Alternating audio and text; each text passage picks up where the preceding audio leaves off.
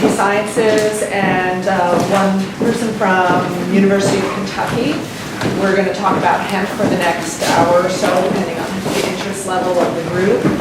And so what I thought would be most valuable is that instead of preparing talks like we usually do, was to be able to offer a few questions, and then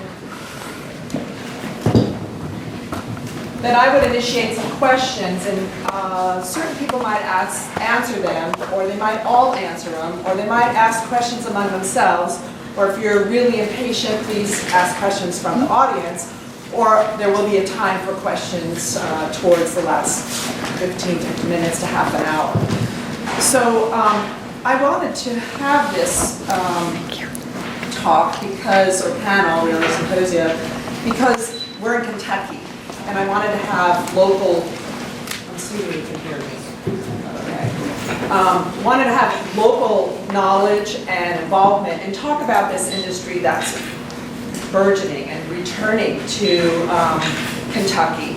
And so we'll bring out a little bit of the history, the multi-use of the cannabis plant as hemp, and also a lot of the issues that are coming around here legally, access to materials, who's doing the work, job opportunities for both farmers and students when it comes to research. So I hope that you can broaden your scope here and present as much as your interest as possible through questions and answers. So I have it on my computer. I'll apologize.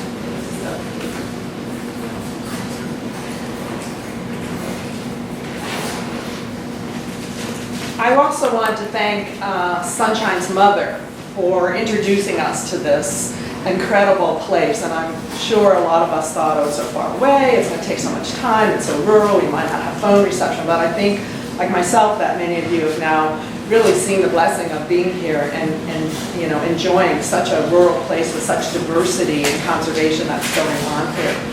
So I'm sorry she cannot be here any longer with us, but I wanted to thank her for leaving this legacy to the Rossi family and thanking them. This week is also Hemp History Week in Kentucky, so that's really favorable. I didn't know that, but I did find all over the country. All over the country. Never mind, I thought it was just here, but these guys have been talking in Lexington and initiating a lot of that celebration. So hemp is back. It has been legal in several states, and we'll talk about that. And so there's a lot of action going on. So I wanted to also talk about some new developments. So this is going to be informal in that I'm not even going to introduce the panelists. I'll let them introduce themselves in the form of really talking about their work and the answers that they provide. And then you can follow up with some questions as well, as I said. So I wanted to begin first, and I thought maybe Stuart might answer the first question he's from CV Sciences, about, he's been working in industry for about 20 years, and especially working on oils. And I was wondering if we could just basically begin by talking about the difference between cannabis and hemp. Have you got one of those? Do you want to? He probably needs his own. Yeah. Thank you, Trish, and it's really a pleasure to be here with everyone today. We drove from Lexington this morning through the hills to come out here, and I'm probably not quite as calm and as relaxed as all of you are, but I'm already in a good place, so thank you very much for inviting us. When it comes to some of the really detailed differences between cannabis and hemp, in terms of the plant itself, I'm going to defer to the other guests that are on the panel here with me, because I come from the dietary supplement industry, and thank you. When you said 20 years, I need to update my bio. I was running a health food store in Chicago when I was a teenager, and then went to go work for North American Herb and Spice, who brought oil of oregano to the market, as we know it, so I'm very, very grateful for that 10 years of experience there, and then worked as global educator for Nordic Naturals for about 10 years. So I taught about omega-3 and built our medical and scientific advisory board, and we did a very good job of convincing people they need to nix the 6 and eat the 3. So I'm going to approach my interpretation of that question in a slightly different perspective than these gentlemen, and I think that one of the things that's so difficult for us to get our hands around is really the THC part of the cannabis versus hemp conversation, and that seems to be the sort of red herring And I often like to remind people that we let people buy kombucha in health food stores all day long. If a 9-year-old girl is in a car, her mom is outside, and she wants to buy a bottle of kombucha, we let her buy it. It's a prebiotic, probiotic, supposedly good for your gut microbiota, belly-brain connection beverage. It's hard to spit out. And it's 0.5% alcohol. We let you buy it. Now when it's 0.6% alcohol, what do we call that drink? It's an alcoholic beverage. You need to be 21 years old to buy it. So I think that just that distinction in and of itself, even though they're loosely both called cannabis sativa, I think that's a really important factoid that those of us interested in nutrition and herbal medicine and how people are going to help stay healthy themselves, that's a really big important distinction between cannabis and hemp. And that's going to be my contribution. I'm going to pass it on now to Josh. So my name is Josh Hendrix. I'm the Director of Business Development for Subi Sciences, but I'm a Kentucky native, born and raised, went to UK, got into hemp in college, and so this is my second year as a licensed hemp farmer. I grow hemp on my farm in Mount Sterling, Kentucky. That's more of a side gig now that I have this role. But to answer that question, for us as farmers, legally within the state of Kentucky, we have the 0.3% rule. All of the hemp that we grow is tested regularly throughout the year, almost to an annoying point, to make sure we're not doing anything shady. But I think that some of us would like to see it go up to 1%, just to give us a little bit more leeway with some of the CBD plants that we're working with. But I think there is that finite line, like you said, with the 0.5% or 0.5 alcohol. There is a legal definition of hemp versus marijuana, very trace amounts of THC and the stuff that we're working with and I'm working with personally. So it is a very separate issue for us. And in Kentucky, we're at a huge advantage because we're the only state, huge advantage hemp-wise, because we're the only state, first and only state that has hemp law with no medical, no recreational marijuana. So there is no convolutedness, there's no confusion. You're either growing hemp or you're doing something illegal. And you could be growing hemp without a permit, and that would be illegal too. So a lot of structure and a lot of things been put in place the past couple of years that have helped us kind of separate that argument and kind of get clear up what we're doing with hemp as an agricultural crop and a commodity, and not something illegal that we're trying to, get our nose in the tent with for marijuana. So. My name is Tom Keene. I'm at the University of Kentucky Plant and Soil Sciences Department, and I am just a novice in the hemp industry, just now starting to work with our program in research at our farm there in Lexington and at some of our substations around the state. And so my learning curve is very steep right now, but we are excited about the opportunities that hemp brings to Kentucky. As was already mentioned, hemp is still not legal to grow in Kentucky unless you have a permit from the Kentucky Department of Agriculture. So because we're talking about all the advantages and all today, and we're going to talk about many things, if you're a farmer in Kentucky, you cannot go out and grow hemp just because you want to. You have to actually go through the Kentucky Department of Agriculture and be registered and go through their program. And some of the idiosyncrasies, maybe is a good word to with the THC and that kind of thing, still very prevalent here in Kentucky.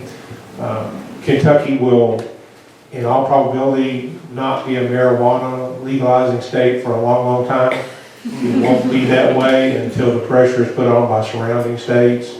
So our focus is going to be strictly with hemp and the agronomic benefits of that, how we can grow the crop best, how we can utilize it, and then how we can market it and help Kentucky farmers. So we're very excited about that opportunity, and we want to work with folks like this and other people. Again, we were talking a little bit there at lunch about how multifaceted and what a multi-purpose crop this is.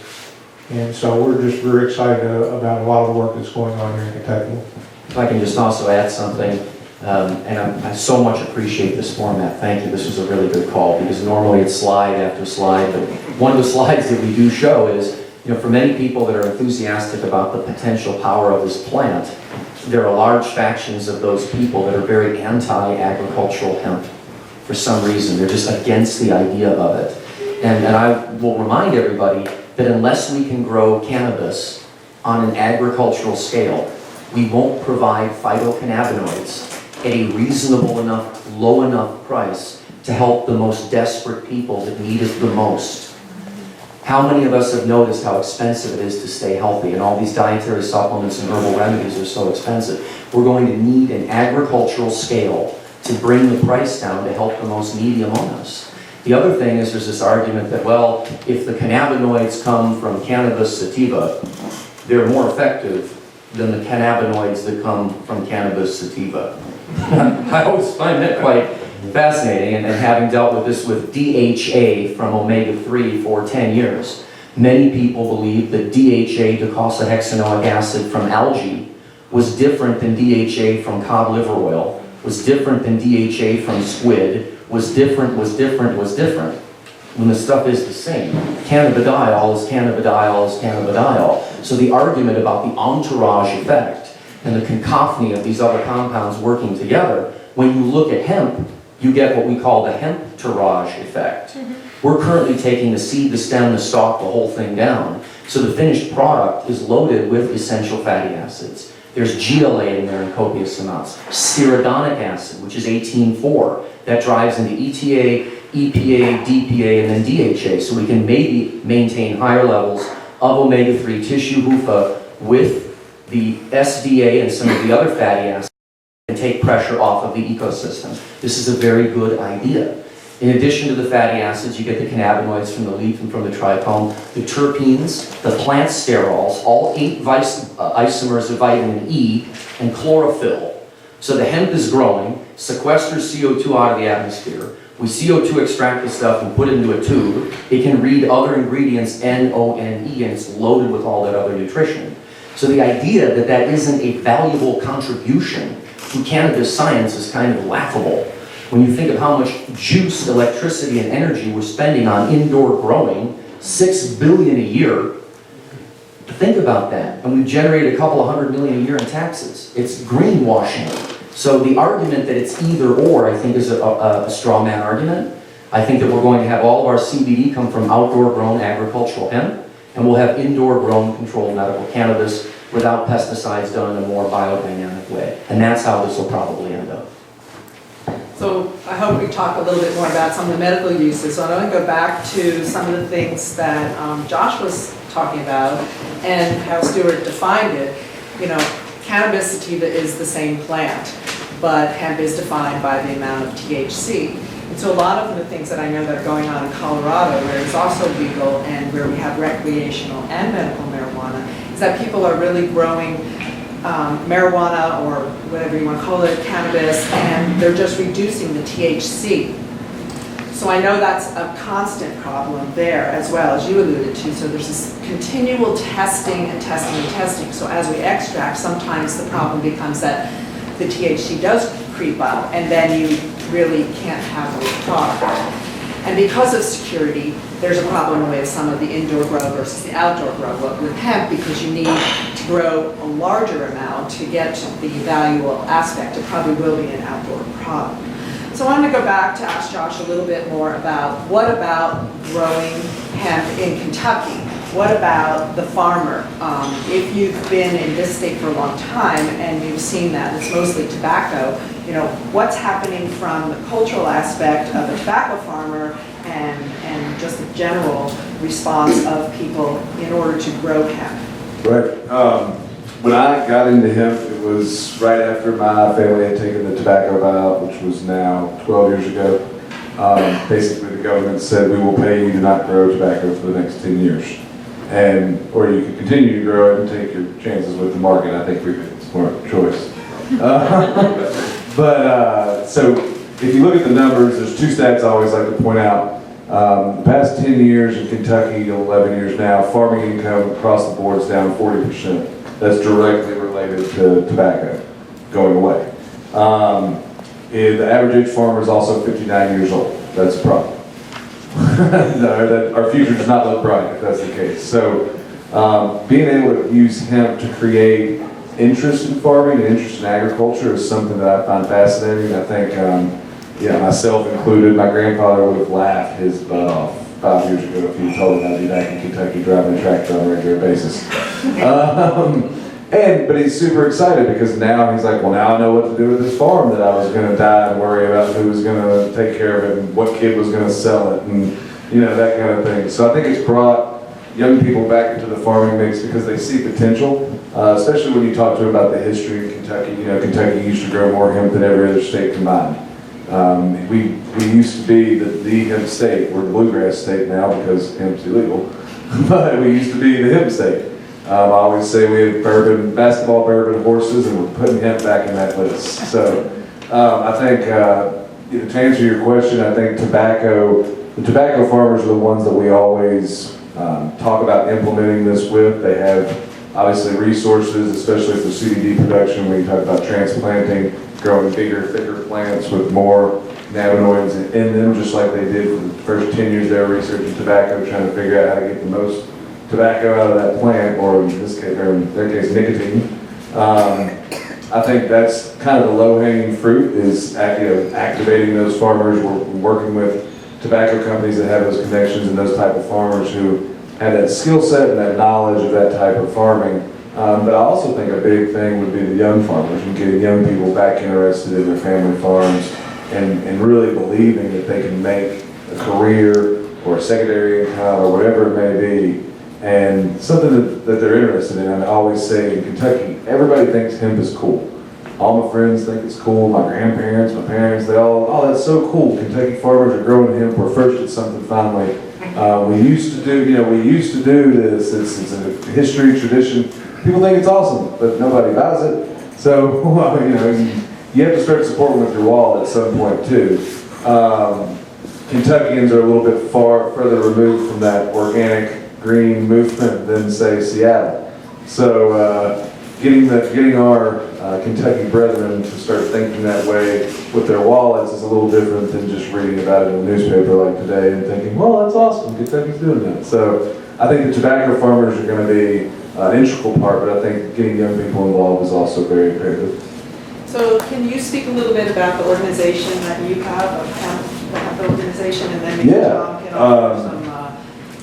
can offer some comments about how the university is encouraging farmers and stuff. Yeah, so when we got going in this 2014, I formed a group that was there's the Hemp Industries Association, which has been around for 22 years, advocating for hemp legalization, but also promoting current hemp businesses like Dr. Bronner's Magic Soap and Nativa, people that are importing products or importing material and making their products with them. Once Kentucky legalized, obviously we needed it to become a trade association for businesses and networking and that kind of thing. And there was, quite frankly, there was a big black cloud over the industry because no one wanted to tell anybody what they were doing, right? Now, I'm not going to tell Stuart what I'm doing. He's going to take my idea and start his own business. But that's really not how these things work. Yeah, we were calling that the cannibalism of cannabis. Yeah, exactly. It's really not how these things work. We all have to work together, especially when we're in this space where we're actually building an industry. One time my friend said, man, it's got to be really hard to start your own business. And I said, yeah, try starting in an industry that doesn't exist. So, working to get, I started this organization to bring companies and farmers and advocates and just general supporters alike together through networking and educational events to just really, like I said, bring people together and get people talking. I talk about think tanks all the time and throwing stuff against the wall and seeing what sticks, and that's really what it kind of developed into, and a lot of business relationships and purchasing and different collaborations have come of that, and it's been a great asset to the state. And then the other organization, which I don't know which one you're referring to because I'm in so many, is the Kentucky Hemp Industry Council, which is a lobbying group that we've formed with people like David Bronner, CV Sciences, some of the industry leaders throughout the country, and then some of your more focused Kentuckians from the get-go who have been lobbying, Senator McConnell and Rand Paul and the Department of Justice, the USDA, the Department of Commerce, all these different people and different hoops we're trying to jump through to really make this thing a go. And again, we all kind of selfishly want to see Kentucky as the center point of this. So we have that group as well. If you guys follow Vote Hemp, is it in follow Vote Hemp? No, good, because they brag about doing a lot of stuff that we did. So. And we don't want credit, we just want it to get done. So, and they have more followers and all that stuff, so that's fine. But yeah, we're the ones that got the omnibus bill language put in. We're the ones that got the farm bill, the language in the farm bill put in. Basically, every reason anyone in America is allowed to grow hemp is because of the Kentucky Hemp Industry Council and our members. So, proud to be there. Your comment about, just before I follow up with Tom, your comment about getting language in the farm bill, we might want to explain to everybody here what that means, because this is an extremely valuable thing for Kentucky in particular, but farm bill and hemp and what that means. Yeah, so the farm bill is every 5 years, right? And it was very important when this was happening in 2014. If it didn't get in there, it was going to be another 5 years kind of thing. So there was language inserted into the farm bill that said, by Senator McConnell, that said, if your state has a hemp law, no matter what that law is, your state is allowed to participate in hemp pilot projects through university research programs or State Department of Agriculture. Well, State Department of Agriculture don't have a farm where they do research. They don't have researchers. They don't have any of that stuff. So what that meant was the Department of Agriculture would then have to enter into agreements with private farmers who wanted to do this. What the language also said in it was to research and develop and study the marketability of hemp, which allowed us to then, you can't study the marketing aspect of it unless you can sell it. So it allowed us to try to create sales and purchases and interest in the industry for domestic product, which is obviously huge. We make all of our products from European hemp. Currently, my job is for that not to happen anymore. But everyone wants domestically grown hemp. It's trendy, it's cool, and it's American, right? Like, we're not paying to ship it across the ocean or across the Canadian border.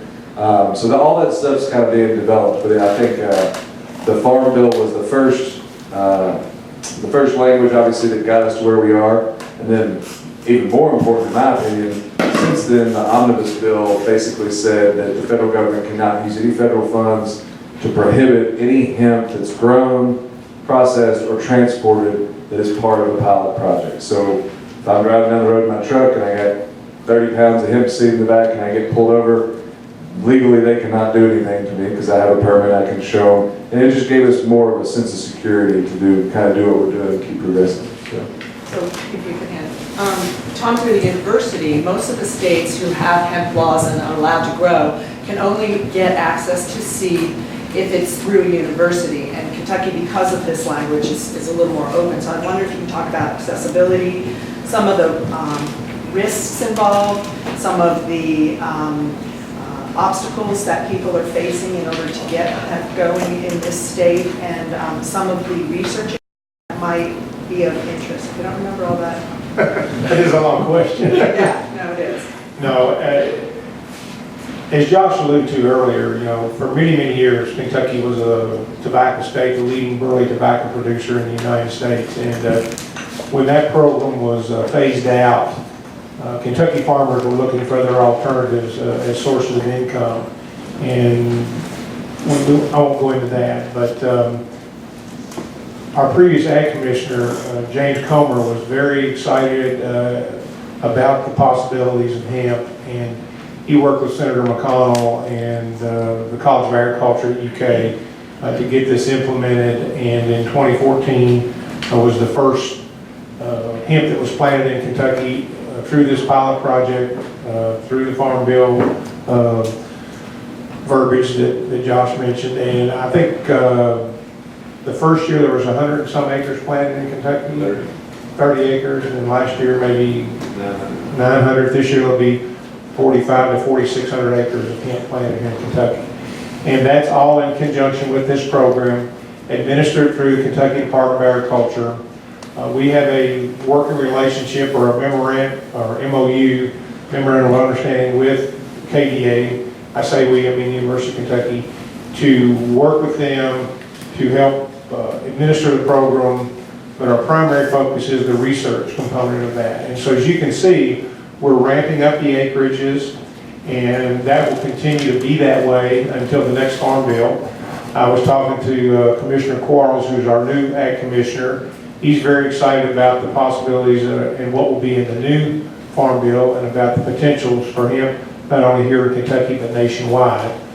And so we're very excited, as I said earlier, and our research is ongoing we look at it as an agronomic crop, much like you would corn or soybeans or tobacco or anything else. And how can Kentucky farmers, and other farmers for that matter, raise it to the best of their ability using soil fertility, using the right varieties, using the right harvest methods, the right timing of harvest, the right processing, whether you're doing seed, whether you're doing fiber, whether you're doing cannabinoids, those type of things. So it's very, very involved. It's not just a one or two research project thing and, oh, by the way, we've got it whipped. It's going to be ongoing. And for those of you that are doing research, and I want to applaud all the students and everyone that gave talks earlier today, a fantastic bunch of information. But if you do research, then you know that you start a project, you have a hypothesis, and you either prove or disprove that hypothesis. But in doing so, you come up with 12 more hypotheses on your work, okay? And so it's going to be the same way with him. When you prove or disprove something on production or utilization, those kind of things, in doing so, you'll open up a whole other can of questions and research projects to take us to the next level. Because just like in any part of agriculture, the carrot or the prize keeps moving. And I don't see that being any different with him. So the university is committed to that. We're going to have, again, we're looking at plant and soil sciences. We're looking into biosystems, part of it. We're looking at entomology. So all of the College of Agriculture is involved in this. It's not just plant and soil sciences. And so we're very excited, again, about work that we can do with groups like this and others to continue to build this crop up. But I know in a lot of the cannabis industry, strains, which is an incorrect botanical name, varieties are really important, and that's how people have been choosing what products to use. And breeding has been based on that as well. So I'm wondering if you can talk about what varieties of seeds are out there. Where are you getting seeds from? Because that seems to be a problem. There were times where people were asking me about seed and they were selling for like $10 each. That's per seed of hemp. So access to hemp seed right now is difficult because of the loss of an industry and the reintroduction. So I was wondering if you and Josh or you can talk to that. I'll just make a brief comment and I'll let Josh fill in. My understanding is right now the only hemp seed that you can acquire in Kentucky is through the Kentucky Department of Agriculture. You cannot go out and just purchase hemp seed from an individual supplier or even from Canada or another country and have it shipped in here. It all has to come through the Kentucky Department of Agriculture. And there are many different varieties. We have a company in Winchester, Clark County, Kentucky called Italo. They're doing a lot of work on that, looking at the different varieties. Of the 4,600 acres that we put out this year, my understanding is they'll have well over half of that, looking at their different types of seed. They're going to be one of the commercial players, one of the bigger players as this continues to expand. But you cannot go out right now and purchase hemp seed other than through the Kentucky Department of Agriculture. I think that's correct. I'll let you expand. And that's true in most states, but Kentucky's different because of what Josh was talking about with USDA. In the other states, it has to come through a university only. And a lot of universities, as you know, are not set up for these financial agreements. And so in Colorado, for example, at the Colorado State University and the University of Colorado, these are professors who are starting to do more genomics work and some experiments on this, on growing out, but not all of them. You know, one guy in the University of Colorado is a sunflower expert, and he's working on genomics of cannabis. So he's learning at the same time and not familiar with growing it at all. So here is a really critical spot. And the other thing about Colorado versus other states is that it's not a hemp territory. We're allowed to grow it, but look at the difference in the amount of moisture here, the greenery, etc. So the varieties that will be chosen will vary. And so, yeah, and to Tom's point, you don't actually buy it from the Department of Agriculture. So you do buy it from a third party or whatever. The Department of Agriculture has to approve it. It actually gets shipped to the Department of Agriculture so that all the I's are dotted and T's are crossed. But we wrote our check to the seed guy in Germany. But yeah, so you got varieties. I guess the biggest point to make here is everybody, oh, the hemp used to grow so well in Kentucky, it should be easy, we should go plant a couple That was thousand. that woman the other night? Yeah. She was frustrated. Why are we spending money to find out if it'll grow here if this was the center of where it all grew? That's a good obvious question. Yeah, we know it grows well here. Well, we knew it grew well here when we had very established varieties that were made to grow in Kentucky. That hadn't happened in 70 years. And we're getting varieties from Holland and Germany and Italy and France and Australia and Canada. They're not used to this weather. If you know anything about growing anything outside, they're not used to this weather. To your point earlier, when you were talking about people straining THC out of marijuana varieties and legally getting them into the hemp realm, they're doing all that stuff indoors. There's no way that you can take those out into a field and be confident that they're going to act the same way on a 1,000-acre basis, and that the THC isn't going to spike back up because a bunch of wind or rain or whatever it may be. Yeah, Mother Nature is a finicky mistress. Is one of my favorite quotes. She definitely is not. She's not as controlled as a greenhouse or an indoor grow. So, yeah, getting varieties that we can get here, that we have a plethora of, that we can establish for this climate is something that Tal is going to be probably a leader in my opinion, then in cotton seed and Louisville. And eventually, the goal would be that you go out and buy Kentucky 1 or Kentucky 2, and you know that one's going to grow, and you know essentially what it's going to yield. As long as we don't have crazy weather, you're going to get a decent yield from your crop. So that's a big issue. And then on the backside of that, hey Canada, we're trying to establish an American production market. We've been getting all our seed from you for the past 20 years, and you sell $400 million worth of products to us. Would you mind selling us the seed first so we can just grow it ourselves? I mean, do you think they're receptive to that?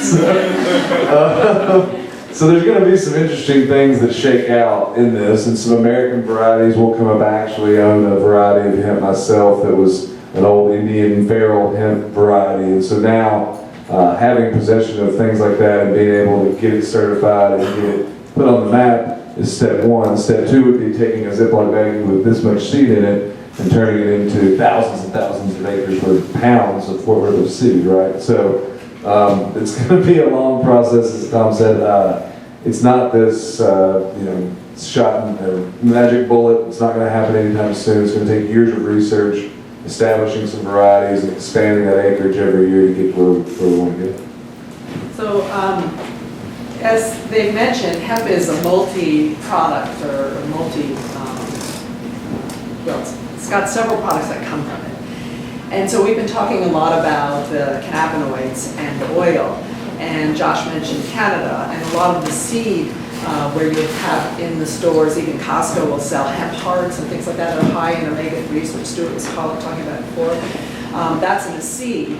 We've talked about the oil, but the fiber is also an extremely important product coming out of this. You can make clothing and has been around for a long time. Mark talked about rope the other day. And of course, at one of the hemp festivals I was at recently, they had built, there's a lot for bedding for animals, as well as they had built the inside of the cars and the headliner. All the insulation or all the fiber material in there was made out of hemp. They had an entire car like that. So I'm wondering. All BMW and Mercedes cars going forward will have hemp in the door panels and dashboards and things. Yeah, so I wanted to bring up, I wanted to know if anybody wanted to also talk about the fiber aspect here before I move more back into the medicinal. Certainly, the use of fiber in hemp goes back thousands and thousands of years. And that will certainly be one of the components that we're looking at as we go forward. And very candidly, my question when I first got involved with this was that, if we were growing hemp fibers back in the 30s and in the 40s for the war, and they were replaced with nylon fibers, what's the market now that's going to overtake nylon, or is going to give us a foothold in the market? And so there are several things, I shouldn't say many, several things. First, it's very light.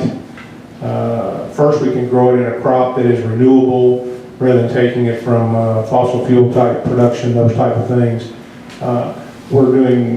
The research will continue on that. My understanding is hemp was native to China and in Southeast Asia, and they've used it for cordage, they've used it for clothing, they've used it for netting, they've used it for everything, basically. And so we've got a lot to fall back on, but just like the agronomic practices and how we'll research that, there'll be a tremendous amount of research going into how you can utilize these fibers going forward and so forth. But as Josh said, the auto industry is one of the leaders right now. And again, depending upon where you are, what convention you're at, or what conference, you'll see, hemp shirts or hemp caps or any type of hemp clothing and bags and so forth. So it's just going to continue to evolve. The more production we have, Stuart was talking about bringing that price down earlier. That's going to have an effect on all the different things that we can produce from that plant. I don't know if any of you remember Stephen McLaughlin from the Arid Lands Institute gave a paper many years ago, and he was talking about what renewable resources such as hemp could be used in tea bag paper. So there have been products here that we've talked about, and there's a lot of creativity that can come from this product that we can discuss here. Yeah, just to add to that, it's lighter, more durable, etc. But to compete with nylon, plastic, fiberglass, those type of things, in the grant, as Trey Riddle, the Sunstrand, would say, all that really matters is how much you're selling it for. If it is all those things, and you can meet the same price as what you're competing with it, then yeah, obviously somebody's going to pick that over plastic. And Josh, if I can just interject for a second, that's why herbal experts, please try intellectually and with your heart to get on board with agricultural scale farming of such an important plant. If you have a gut visceral reaction and say, no, it needs to be a precious little plant that only I control in this little environment, you might not be thinking about your neighbors as much as we should. Imagine if we could have huge agricultural scale farming for other medicinal plants that we use. How much more effective would they be? And how much more cost effective would they be? So let's try to get over that hurdle. For some reason, there's this roadblock about agricultural cannabis. It's the way we're going to help the earth. It's the most effective way to help people. John? Yeah, I agree. And another trend in general, the reason Mercedes and BMW have already started using hemp is because there's environmental penalties in Europe for not using sustainable materials starting in 2017. They were just kind of getting a jump on it. The U.S. it'll probably be more like 2022 before we establish environmental standards on our automobile building or automobile making. But that stuff's going to come. But again, it all comes back to competition with what you're, with other products. So if you're trying to compete with fiberglass, if you can make a hemp press board it's the same exact size and it's lighter and it's more durable and everything, but it costs 20% more, you lose every time in the grand scheme of manufacturing. So we've got to become competitive, and that's only going to come with mass production. Well, we started that way in the organic industry, and we're seeing many more changes and more availability. So I can only hope that will close the gap. I wanted to go back to some of the medical and projections. So I wanted to know, Stuart, if you could talk about some of the amount of money that's being projected in the hemp industry, even in the different fibers, or if you only know about the oil, and then a little bit about the endocannabinoid system. So most conversations that go on about the endocannabinoid system, and I encourage you to read anything by Ethan Russo, and he's the one who developed the term the entourage effect, is about the cannabinoids. And according to the University of Mississippi, there's 120 cannabinoids that exist in cannabis. And we only talk about 2, and most of the research is only done on these 2. So there is a lot of potential later if legal barriers can be reduced. And so we're hoping that will happen. And my point here is really, how does the body interact with that? There's a lot of research, especially going on in cannabis medically, which we're not talking about THC today, but about opioid use and how cannabis affects the brain and the receptor sites of the opioid receptor sites much better than what we're using today for things like PTSD, etc. And there have now been some studies that will begin that have just been approved for PTSD with cannabis. So there's a lot of stuff happening. But from this smaller scope on hemp and one cannabinoid, the CBD, and the dial, maybe you could talk about the scope of the industry and then a little bit about the endocannabinoid system. Thank you very much. Listen up, you're about to get educated.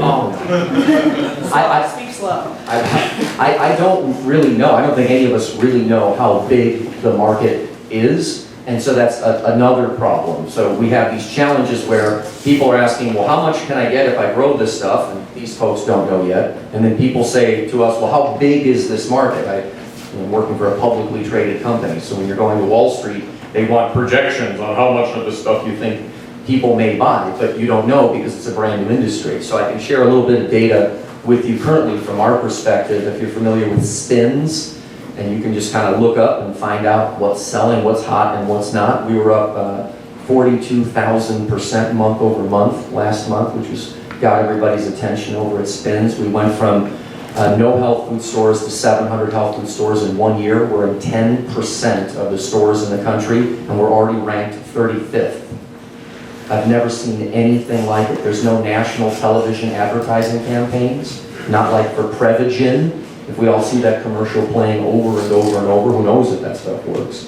But we don't have any of that. What's happening is not only is there this baked in, no pun intended, curiosity around the cannabis plant, but it is very effective for those that are responders. And so even at small doses, the ECS, the endocannabinoid system, wasn't fully elucidated until 1992. And I brought a couple of suggested reading books right here. And the one, and Trish, I don't know if you've seen this yet. Are you familiar with the endocannabinoid Om? So this was just written by Professor Vincenzo DiMarzo and Jenny Wang. DiMarzo is one of the great experts in phytocannabinoids, but endocannabinoids in particular. And I love the title of the book, The Endocannabinoid Om. The World of Endocannabinoids and Related Mediators. So here it is, the gut microbiome. That was so last year. Sorry, just have to say it. We've been talking about that for a long time. So this would be the book that I would encourage you to read. This is the most technical, non-commercial, heavy-duty science book on the subject, on the endocannabinoid system. So if that wasn't fully elucidated until 1992, think about that. We're selling CBD right now to a research group at UCLA, and there's a young MBA, MD candidate. I love, these overachievers. It makes me feel so that tall. And his name's Dr. Chen. He's not a doctor yet, but I always call him Dr. Chen. I said, you will be a doctor, Dr. Chen. I said, you're in medical school at UCLA right now, and you're an MD, MBA program. In your medical training, have any of the professors talk to you about the endocannabinoid system? And they brought us a $35,000 check to buy a bunch of CBD to do research themselves. It's not even really being talked about yet in medical schools. Now, the first time we attempted to target the endocannabinoid system directly with a drug, does anyone remember the name of that drug? Do you remember that one? Rimonabant? Marinol. No, Marinol was a synthetic THC that was made in 1985. But the first attempt to target the ECS directly, the drug was called Rimonabant or Acomplin. You remember that? Yeah, it was a CB1 inverse agonist. So it was like a reverse munchie pill. So we all know, we've heard, we've read, we've seen on television the idea that some of these cannabinoids cause some food-seeking behavior. Rimonabant was sort of the opposite. It was like the anti-munchie pill. Does that make sense? So you were in your skinny jeans in like 6 weeks. There were a few side effects. Hence the product never made it to market. And they were pretty heavy. People started killing themselves. Because once you start monkeying with the endocannabinoid system, that's part of the reason why cannabis has been so difficult to harness. Because the great expert, the man that discovered THC, someone who I'm sure you're intimately familiar with, Professor Meshulam, if you get onto YouTube and you watch his documentary called The Scientist, and that's a must-watch. Has anyone in here seen that yet? You have. It's quite humorous. Of course, yeah. But at the end of it, no spoiler alert, but we're all into science, so I want you to watch it. He suggests that individual personality may be attributed to variations in endocannabinoid tone and expression. What an incredible concept. A mind-blowing idea. So we used to say, oh, this plant, well, we'll use cannabis in particular, this is good for that. It's so much more nuanced with this particular plant. that we need to be very, very careful about rushing to judgment.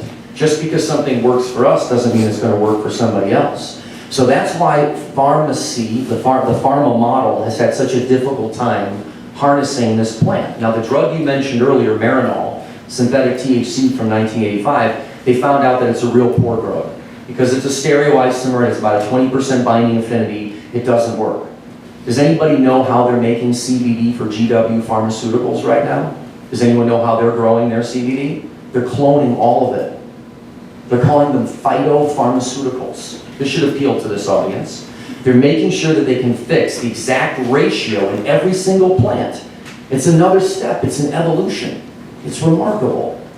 Now, what they're trying to do is to take out some of the randomness of the other cofactors in the product that might explain why we get disparate results, the terpene profile and so forth. So they're basically drilling it down just to the CBD bio with 0.02% THC. I know this is a long answer, but please hang with me here. The argument that it needs to be something other than plant-derived CBD to be effective, you then need to look at the one big randomized controlled trial that was just released. I know you saw those results. Did anybody else see the first ever large-scale randomized controlled trial on CBD? You should look it up. They just published their results. I'll tell you this, the company's stock doubled from 40 to 80 in one day. It was amazing proof of concept. So what they did was they demonstrated with treatment-resistant epilepsy a 39% reduction on top of standard of care. Yeah, digest that for a moment.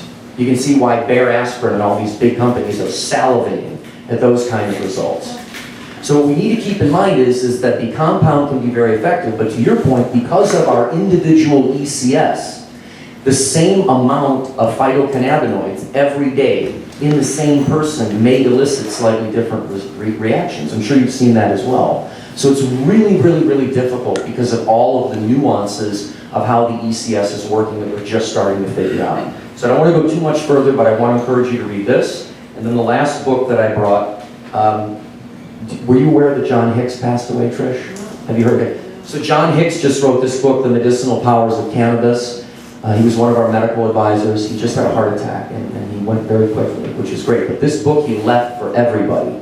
Now this is fascinating. So here's an integrative, open-minded MD from California that looks like he's the director of the CIA. I mean, he doesn't look like he's into anything out there at all. He was a great spokesperson for this particular movement because of how conservative he looked. This book, he was using low to no THC, high CBD hemp material with thousands of pediatric patients across the country. So this could be another good tool to learn about clinical applications as well. Is that enough, Trish? Good. I just want to kind of go off target again a little bit because the different varieties and therefore the plant seeds that we're talking about and the breeding is really critical in this whole area of cannabis, and especially what Stuart's talking about, because what we're seeing is that with concussive injuries, things like this, you have to find a variety that works specifically for you. And once you have that variety, then usually you're finding a lot of relief. And this is a huge area that's been going on for many decades now in breeding. And a lot of our members, like Rob Clark and Mark, have talked a little bit about this. And so I encourage you to read their text as well. They just also came out with another article in Herbalgram this week. And so there's a great article on some of the taxonomy there. But I think this is really critical and something that we're having to choose individually when you go to, in this case, a dispensary to say what is going to work for me and keep trying these things. And I think the reason I mention this is I think it's really relevant with us looking at some of the medical issues of in the countries in which we research the village pharmacopoeias and how they work and how they prepare them, and the TDK, the traditional knowledge of when it should be chosen and harvested and prepared. And that's also a part of this product as well. So I didn't know if, I wanted to open it up so if you have questions, or first to say if any of the panelists have anything additional to say about risk, legality, or anything that you'd like to share, please go. You just said something that was so beautiful. What I've seen in a couple of years in working with this particular compound is Take two and call me in the morning is so inapplicable. This is like endocrinology on steroids because it's so individual and so different and so personalized and unique. So thank you for making that point. I just wanted to make the distinction between the agricultural scale production of something like cannabidiol versus the individual working with your medical professional, your guide, whoever's guiding you, your herbalist, the people that really know to pick out something that might work a little bit better for yourself. I don't think they're mutually exclusive is my point. Do you want to say anything else, Josh?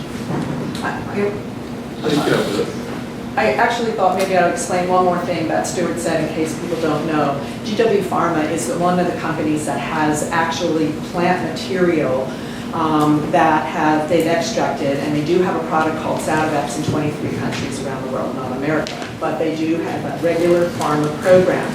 And the product they'll come out with next that Stuart's talking about is for intractable seizures. So these children that maybe you've heard about with Dravet syndrome have 100 seizures a day who are unable to do anything, nor are their parents. This is so important. Our population in Colorado has increased by about 100,000 in the last year. Granted, a lot of them are stoners, sorry, but 40% of those people are coming for medical access to this plant because they need this. And CBD, this one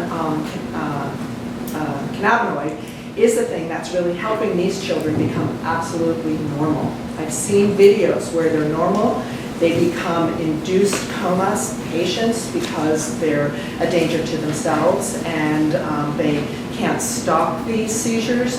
And then once they've realized that nothing works medically, they then turn to some of the CBD products that are out there. In particular, the GW one is going to leave the market soon, but they don't have to do that. They can go to a dispensary or a medical recommendation from a doctor and get access to this. So it's not just get high here. And I hope that part of this is really showing you the variety and the variability of hemp itself and also cannabis in general. So I know Mark's been dying to ask something, but I know Cassie has a question as well. Yeah, it's wonderful to have these gentlemen here to talk about. I want to refocus this Are you going to talk? Should I get you a mic? on Kentucky, because we're here in Kentucky, and it's a super complex plant. I started my little talk pointing out it's a multi-purpose plant, and one of the greatest compares again with bamboo and the coconut tree. And there's a number of uses. There's a couple of issues that, first of all, you also heard in the opening presentations about Kentucky in general and the school here and how it fits in. And one of the things that was pointed out was the educational level for a lot of the people who have lost their jobs, changes in the value and mining, coal, etc., and the loss of farming. And so for Kentucky in general, if we can separate the psychoactive use from all the other uses for now and for the foreseeable future, whatever that may be, we see a lot of changes. We can see the potential for getting people back into the land and farming. But we also should be careful to understand that there are caveats of this great plant from the non-psychoactive point of view. One of the problems historically with the hemp, the reason it was successful was they needed cheap relative to the other state production for cordage and sacks when the cotton industry was big. And as that dropped off and the value of hemp compared to Russian hemp, where they had labor costs like we have with other countries today, or our costs of the actual production of materials has gone elsewhere. So the problem here was it had to be dew-redded. That means that laying on the ground and the lignin and other composition was not fully clean. Maybe there's this new technology that needs to be elaborated and understood to make it really clear, good fiber that can be used for clothing as well as for cordage to compete with nylon. I mean, it's still used in both because it's much more flexible, it's quite durable, and compared to nylon, which is less flexible. That's been one of the reasons that cannabis continues to be important in the shipping industry, where they're not using metal materials. But they are using enzyme systems now. They have been doing a lot on decortification, and the enzyme systems are coming in to improve some of this mechanization. So. One more issue. So We're here in Kentucky. It would be really valuable to see it give more jobs and use of the land, with a careful use of the land. I like to see it used in agricultural land that's already been agricultural land, rather than cutting down more forest area.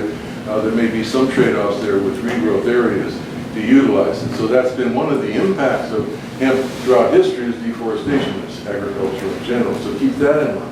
But now I wanted to focus on one other aspect, and that is it all cannabis sativa, or is there one species or three species? Now this is a taxonomic question. Oh, this is another 15-minute talk. It gets to study about the seeds. You can read the Herbogram article that gives you my colleague and I's perspective. There's other perspectives. It doesn't matter if it's one species or three species. There's lots of different types or varieties. However you want to taxonomically break it down. Here's the key point I want to make. There has been so much over the last, say, 50 years of seed exchange, illegally and legally, and so there's been so many hybrids that the separated perhaps for long periods of time in Western Europe and Eastern Europe, and even in Eurasia, and even in China, the emphasis went into fiber and seed, and that is the area where the very high levels of THC, whether it's a separate species or at the variety level, were produced, as in Europe, the very low THC. But the key thing here is there's been so much hybridization that we need study not only in all of the cannabinoids, which some say are 400 cannabinoids and 100 terpenes, we don't know yet. It's amazing how much research is exploding into these various aspects, more into the agronomic aspects for local areas and for the fiber quality. But the study of these sorting out all this hybridization, so for personal, individual applications medically, and also for getting the best strains ecologically, that's a major issue. And we've got the science and the interest in it. Maybe it'll finally start to go exponentially into that scientific direction. Thank you. But as I said, the University of, in Colorado, there's 2 universities, plus there's some private companies that are actually working on genomics and genetics of this. And so I think this is an area of interest. There are certainly possibilities and jobs. Cassie? So my goes back to the discussion of seeds. I mean, for it being such a major part of the Kentuckian economy in the past, it's really tragic that these seeds have been lost over time. Yes. I don't know if you're familiar with the Global Seed Vault and the initiatives ongoing around the world to find seeds related mainly to edible crops and their wild relatives. And I was wondering if there's anything in the works for future seed conservation of all these different varieties planned. Again, as you prepare to really create a strong repository to deal with future climate change and make sure this doesn't happen again. Yes, there was a gentleman with the last name of Dewey, I believe, that had an extensive seed collection that the U.S. government had and has since destroyed within the past 20 years, ironically. But to what you're speaking about, there are people, the group you mentioned in Winchester, Italo, the group in Louisville, Cottle Seed, a lot of the people in Colorado, as well as some guys in Australia and different European countries that have started seed banks specifically for this. And then obviously there's a lot of negotiation that goes on when I want to buy a seed from you to breed with my seed and what are the rights and all that things. But there's a good amount of people doing it the right way. There's still a handful of people doing it the Wild Wild West way. And you're going to have that in something like this. But yeah, it is a big issue. And I could quickly add, in being new to cannabis and that being in the dietary supplement space for a long time, it was weird for me for a little while to understand the personality type that we were dealing with. And someone had to point out to me, if you were looking over your shoulder, thinking the DEA was going to knock the door down every day, is that going to cause you to actually behave in a slightly different way? I mean, of course. So I haven't seen a whole lot of community, if you will. Like, you know, I used to hang out at the global organization for EPA and DHA. We'd see all the rival companies and everybody dislikes each other. We're all talking about science and we're all friendly and we're creating a trade organization to create a big industry to help correct the omega-3 deficiency. I think that there's going to be that transition of coming out of the shadows until people start thinking like you. It's already happening. It's just not as fast a process as me or the general public would hope. But the passage of DW's product will require a rescheduling. So cannabis is Schedule 1, and to be Scheduled 1 is that it has no medical use. And this is one of the reasons I'm bringing this out. It has a lot of medical uses.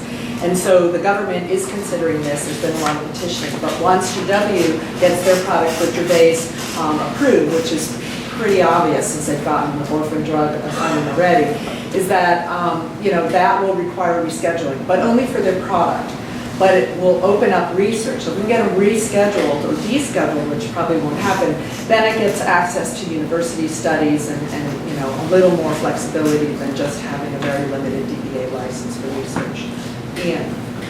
Okay, I'm not going to make any claims for knowledge of the subject you're talking, sadly, but I am, with one of my hats, an associate member of something called the Food and Behaviour Research Organisation based in Oxford, which I attend avidly, partly to help my son, who none of you have met, who has ASD, because this whole interaction of what you ingest and how your mind works and how your body works, I find fascinating.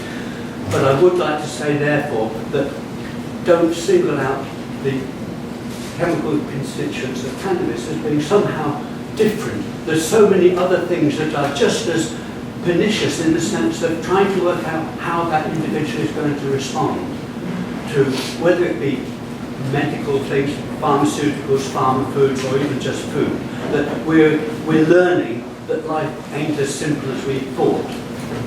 Yes, we are.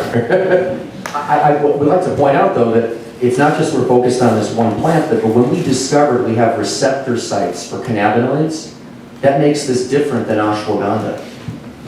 It's a uniquely different conversation here, because the discovery isn't the end of prohibition, it's the endocannabinoid system that some are calling the master control system. So we're just because we work in cannabis, we're sort of focused on that plant right now, but the uniqueness of that system is, in my opinion, Trish, I'd like your thoughts, makes it a bit different than many other plants. Yeah, I'm not a biologist, so I don't answer that one. So, but I just think it has opened up the door to a lot more research, which I think Stuart's alluding to. And so for us to understand the nutrition and how the body works, and therefore how our medical plants work interactively, I think that's what you're alluding to. This isn't the only panacea of a plant, but many others. But if we don't understand how our system works to respond to those, and maybe that's it. Plus, phytocannabinoids are only found in cannabis, so you don't get CBD in any other plant.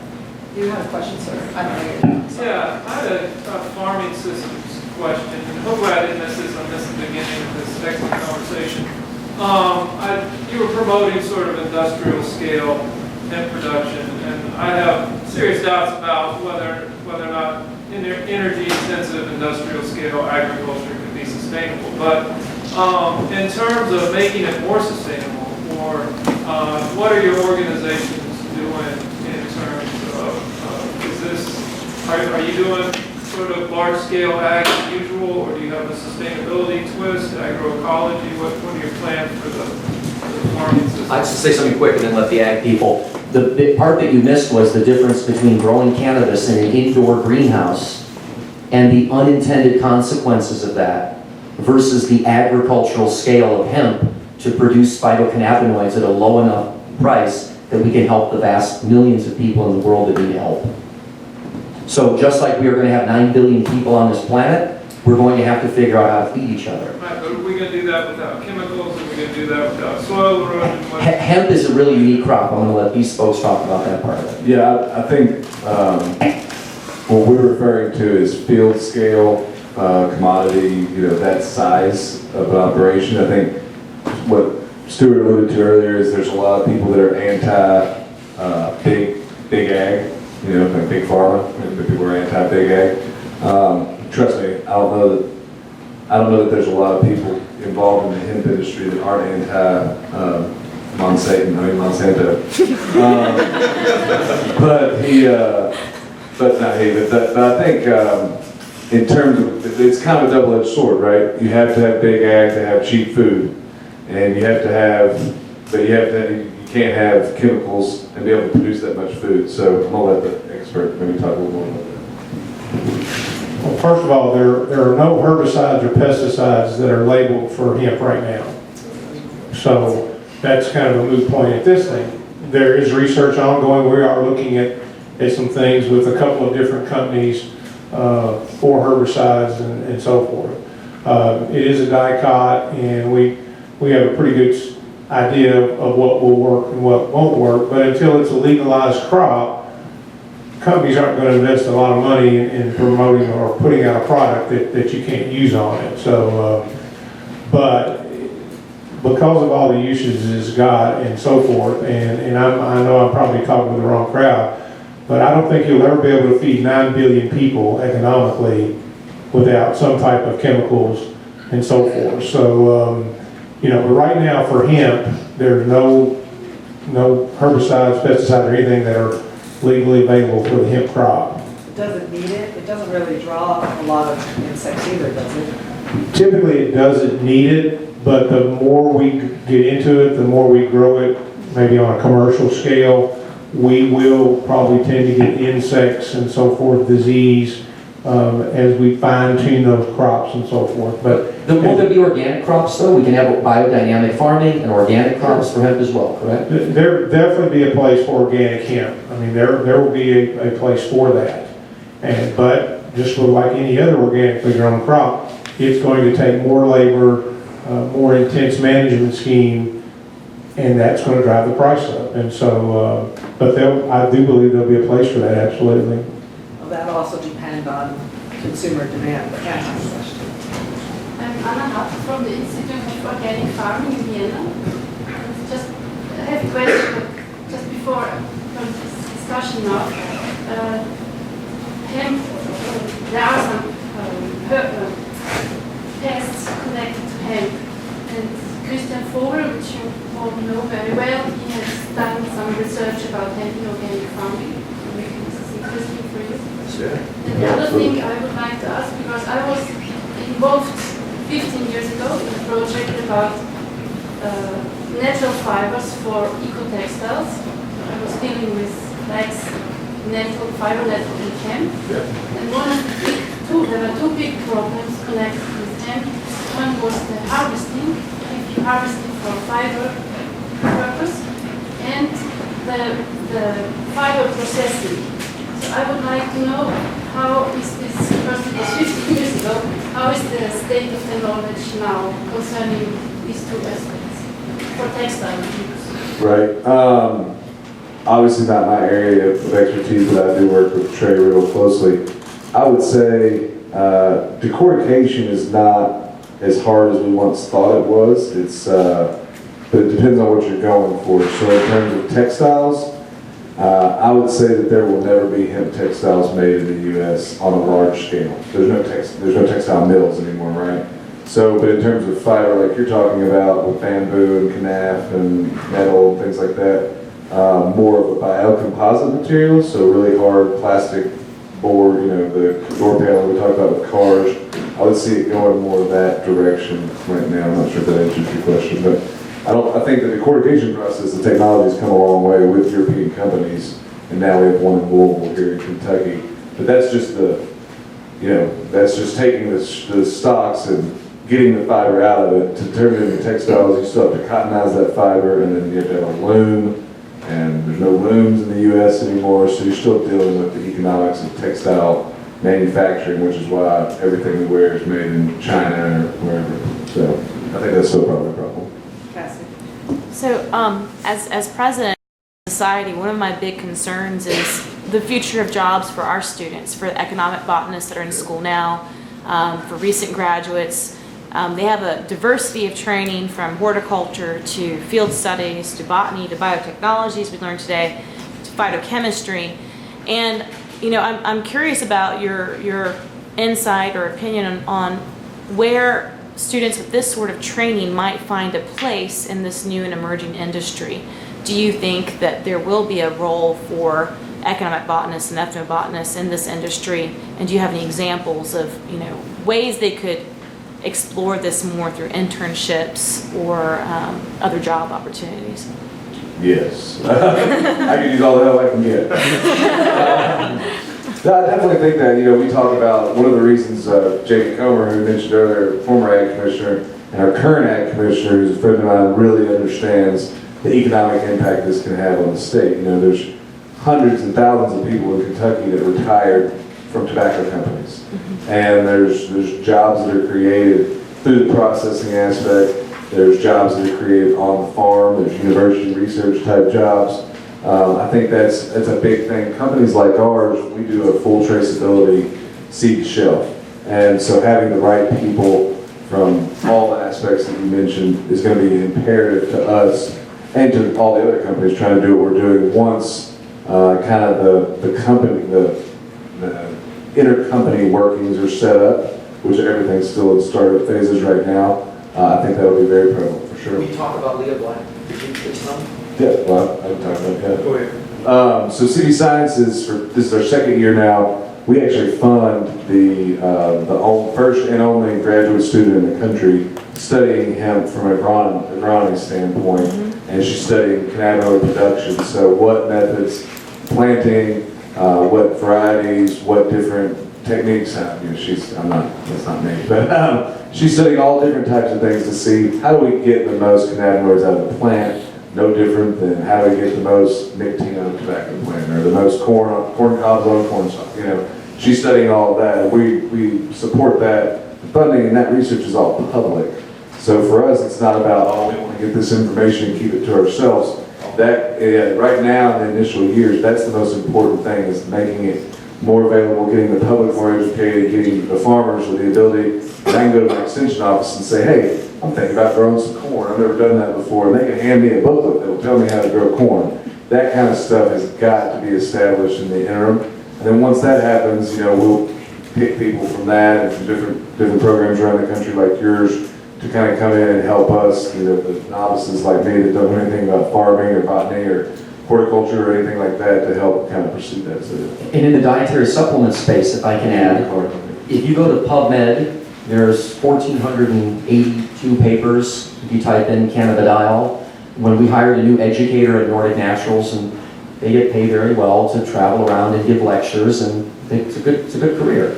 And they would say to me, well, how long will it be until Eliza can get out and give talks? I said, well, we have 25,000 papers, there's 2,500 RCTs, there's about 10 books she needs to read, and in about 9 months, she'll be ready. So you can't run a business like that. Like you can't train someone for 9 months unless you've got a lot of resources. So my point is, you are the future experts in this room on a subject that there's not a lot of competition with. And you watch the scientists tonight, if you can. Maybe you don't get enough reception up here waiting till you're back in civilization. But he says, Raphael Mechoulam said in his documentary, that the reason that they started studying cannabinoids in Israel is because they were dirt poor. And all the other developed nations were looking at other things. Wow, that's a reality check, isn't it? So I would encourage everybody, if there are only a handful of papers out there and you can follow the experts, you can become the future experts on this subject. And I am positive, we sit on the cannabis committee for the American Herbal Product Association, so does Gaia, so does Herb Farm, all of these companies. They're all going to have unbelievable cannabis products. There'll be some that will be the agricultural, industrial grade. What we missed earlier, sir, was bringing the price down to help the poorest people in the world. Then when the wealthy people that can afford their own handmade artisanal products or things that are on a limited basis, my point is there's going to be a huge opportunity to be the educated spokespeople that are focused on science and not sales. Sometimes people say to me, well, you sound like a scientist sometimes, aren't you a marketing guy? No, I realize that people don't want to be sold anymore. Haven't we all seen that? Especially with natural products. Trying to sell something is like the end of you. People want to buy. So my point is, you can all become experts on the field, and then CV Sciences will also be looking to hire people that are educators and people that can help collaborate with research. So we will also be trying to create economic opportunity for the community as well.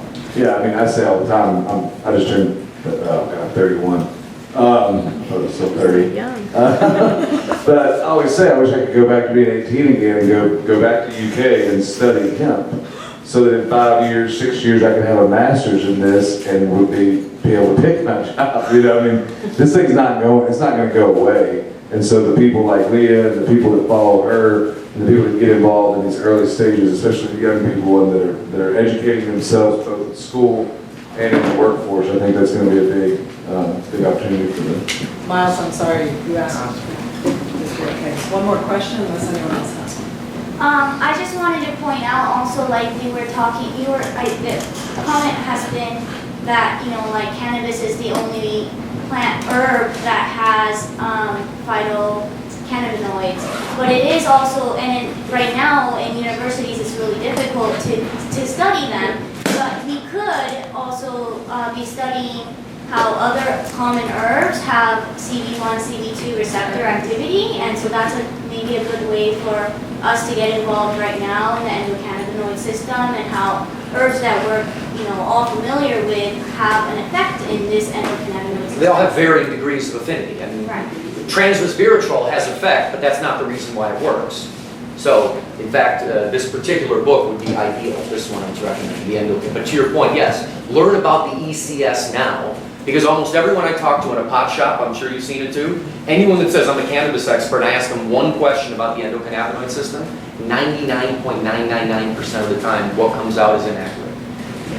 So this is where we can be the authorities on the subject. There are Here, Mark. plants that have mimic molecules, because I've talked to some people who are looking for them, so it's out. Cannabinoid mimetics, so yeah. Any other questions? Sorry. Is everyone okay continuing? Yes. Okay.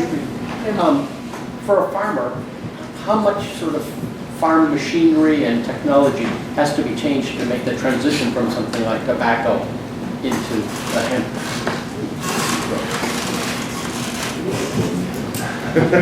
Well, as Josh alluded to, probably more than you think. But in terms of field preparation and getting the crop in the ground, not much.